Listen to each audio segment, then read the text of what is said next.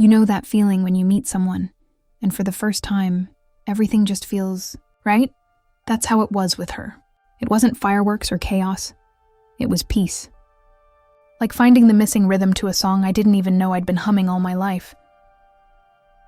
She had this quiet warmth about her, the kind that made even the ordinary moments feel special. We didn't need big gestures or fancy words. Just being in the same space felt enough. Late night talks, morning coffee, and small smiles across crowded rooms. It all felt like home.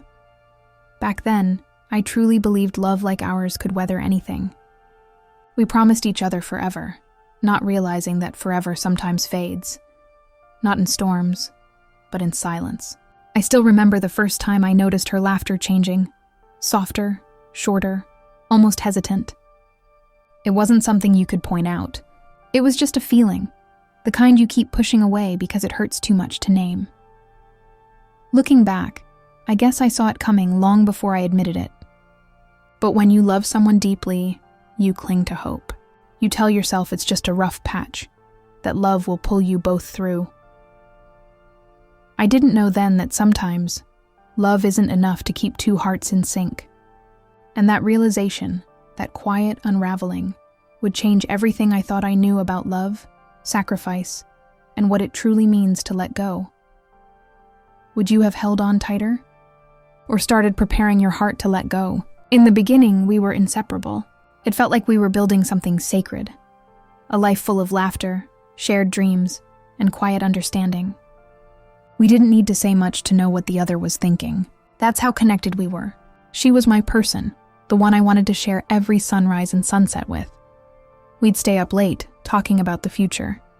She'd tell me about her dreams, traveling, writing, doing something meaningful, and I'd listen like her words were poetry.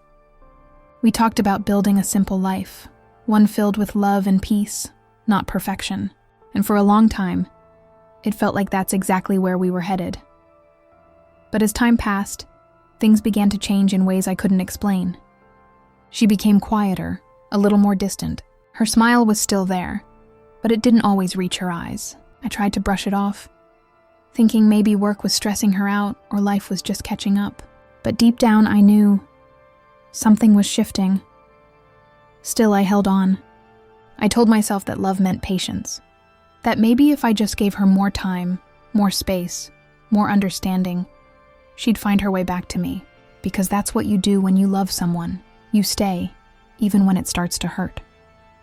But what I didn't realize then was that sometimes love isn't about holding tighter.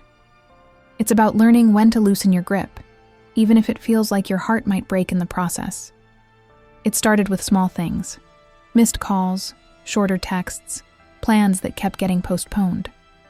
Nothing dramatic at first, but those little changes, they build up quietly, like a slow leak in a boat you don't notice until you're already sinking. I remember one evening when I came home early, hoping to surprise her with her favorite takeout. Normally, she'd light up the second I walked through the door, but this time her reaction felt off. She smiled, but it was distant, polite, almost rehearsed. Something inside me tightened. That moment was the beginning of a silent unraveling. I tried to talk to her about it, gently, calmly. But she kept saying everything was fine. You know that phrase people use when it's clearly not fine? That's what I got every time. I wanted to believe her, but my heart knew better. The warmth that used to fill our home was replaced by an invisible wall. We were still together, eating dinner, watching movies, sleeping side by side. But emotionally, she was somewhere else. I could feel it in the quiet moments, in the way she'd avoid eye contact or look lost in thought when I tried to hold her hand. There's a kind of loneliness that hits differently when the person you love is still right beside you. You start questioning yourself. Did I do something wrong? Am I not enough anymore? I replayed every memory, every word, searching for where it all started to fade. But love can't survive on one person's effort alone. And deep down, I began to sense the painful truth. She was already halfway gone. It happened one evening when I least expected it. I was cleaning the kitchen when her phone buzzed. Normally, I wouldn't even glance at it. Trust was the foundation of what we had. But something about the way she snatched it up, her hands trembling slightly, made my stomach sink. Later that night, she sat quietly on the couch, scrolling through her messages, smiling faintly. That smile, it wasn't the one I knew. It was softer, nervous, the kind you give when your heart belongs somewhere else. I didn't confront her. I just watched, silently breaking inside, because sometimes the truth doesn't need to be spoken. It shows itself in gestures, glances, the energy that fills the room. Over the next few days, I noticed more: messages deleted, late night walks to clear her head, and the way her laughter faded when I entered the room. It wasn't anger that filled me. It was sorrow. I didn't want to accuse her. I wanted to understand why. When I finally asked if she was happy, she hesitated. That pause told me everything I needed to know. Her eyes softened, full of guilt, but she said the words anyway. "I don't know anymore." That was it. No confession, no dramatic scene, just quiet honesty wrapped in heartbreak.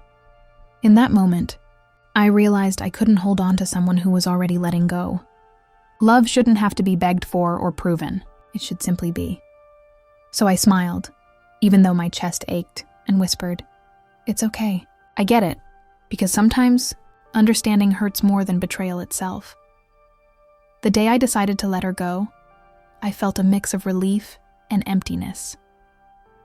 I knew holding on would only prolong the inevitable pain, both for her and for me. Love shouldn't feel like a burden, but letting go quietly, without arguments, without blame, was harder than I ever imagined. I prepared myself mentally, repeating to myself that peace matters more than being right. There was no dramatic confrontation, no loud declarations, just a calm, honest conversation. I told her what I felt, how much I cared, how much I valued the time we had, and how I hoped she found happiness, even if it wasn't with me. She looked at me with tears in her eyes, a mixture of guilt and relief. She didn't try to stop me, didn't beg me to stay, and in that silence, I felt the gravity of my choice. I was releasing her, yes, but I was also giving myself the permission to heal. Walking away wasn't easy. Every step felt heavy, yet every step was necessary. The air felt lighter once I left, though my heart still ached. It was a strange paradox, pain and peace coexisting side by side. I realized that sometimes love isn't about possession. Sometimes it's about letting go gracefully, choosing self-respect over resentment, and embracing the uncertainty of life ahead. I whispered a quiet goodbye, not with anger, not with regret, but with understanding. And in that moment, I finally felt the first hint of freedom. The freedom to rebuild myself, to cherish memories without clinging to them, and to honor the love that once was. Have you ever had to let someone go, knowing it was the right thing even when it broke your heart? After saying goodbye, the quiet that followed was deafening. For days, I felt lost, wandering through my thoughts, replaying memories and questioning my choices. It wasn't just about losing someone I loved. It was about realizing how much I had lost myself while trying to make her happy. The first step toward healing was acceptance. I allowed myself to feel the sadness, the loneliness, and even the anger. I didn't push these emotions away. I sat with them, journaling my thoughts, listening to music that mirrored my heart, and taking long walks where I could think freely. Every tear, every sigh became a step toward clarity. Slowly, I began to rediscover who I was outside of that relationship. I revisited hobbies I had abandoned, reconnected with friends I had neglected, and allowed myself to dream again. Not dreams tied to someone else, but dreams that belonged to me. I learned to set boundaries, to value my own needs, and to trust my instincts once more. Self-discovery wasn't instant.